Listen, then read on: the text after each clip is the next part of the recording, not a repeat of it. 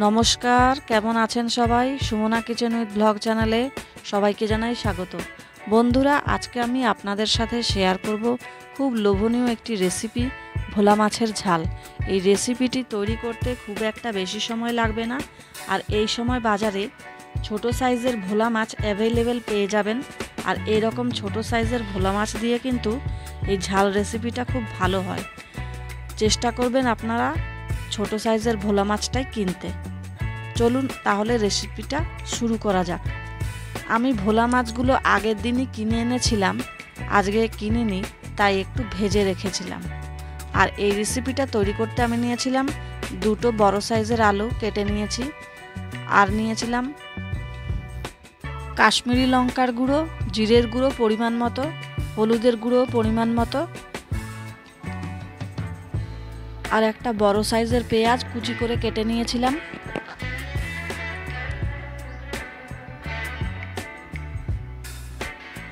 একটা মাঝারি সাইজের টমেটো 4 ফালি করে কেটে নিয়েছি। 3টে কাঁচা লঙ্কা চেরা নিয়েছি। আর এখানে আদাও নিয়েছিলাম 1 ইঞ্চি মতো,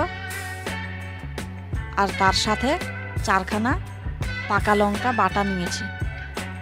গোটা জিরে নিয়েছি ফোড়নে দেওয়ার জন্য, আর পরিমাণ মতো নুন নিয়েছি।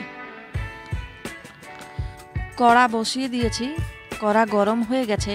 এখন কড়াতে 50 গ্রাম মতো সরষের তেল দিয়ে দিলাম,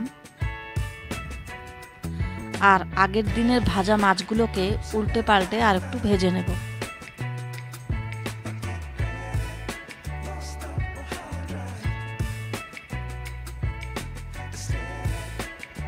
মাছগুলোকে একটু উল্টে পাল্টে ভেজে নিচ্ছি।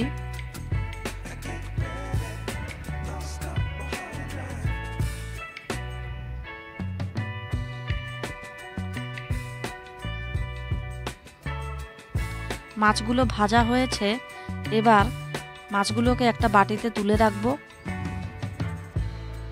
আর ওই তেলেই ফোড়ন দিয়ে দিলাম 1/2 চামচ মতো গোটা জিরে, আর সাথে সাথে দিয়ে দিচ্ছি পেঁয়াজ কুচিটা, আর তার সাথে টমেটোটাও দিয়ে দিলাম। এই টমেটো আর পেঁয়াজ একসাথে খুব ভালোভাবে ভেজে নেব। টমেটো আর পেঁয়াজটা খুব ভালো করে ভাজা হয়ে গেছে, আর এখন এতে দিয়ে দিচ্ছি আলুটা। আলু দেওয়ার পরে আলুটাকে পেঁয়াজ টমেটোর সাথে খুব ভালোভাবে ভেজে নিচ্ছি। খুব ভালোভাবে এগুলো সব ভাজা হয়ে গেছে, আর এখন এতে দিয়ে দিচ্ছি 1/2 চামচ মতো হলুদ গুঁড়ো, আর আদা লঙ্কার পেস্টটাও দিয়ে দিলাম। দিয়ে আরেকটু ভালোভাবে নেড়েচেড়ে মিশিয়ে নিচ্ছি মশলাটা শুধু।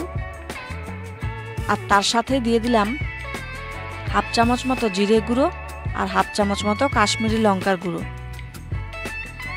দেওয়ার পরে মশলাটা খুব ভালো করে কষে নিলাম। দেখুন মশলাটা খুব ভালোভাবে কষা হয়ে গেছে।